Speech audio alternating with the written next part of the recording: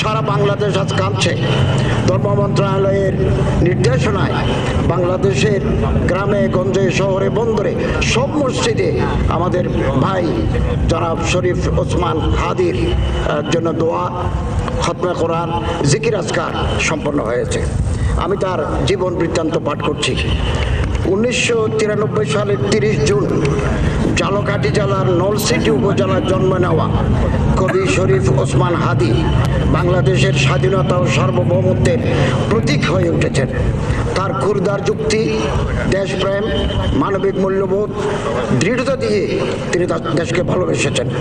জান দেব কিন্তু জুলাই দেব না, এই স্লোগান বুকে ধারণ করা হাদি ছিলেন গুম, খুন ও বাংলাদেশের মানুষের গণতান্ত্রিক অধিকার কেড়ে নেওয়া ফ্যাসিস্ট আওয়ামী লীগের বিরুদ্ধে জুলাই পরবর্তী সবচাইতে তীব্র কণ্ঠস্বর।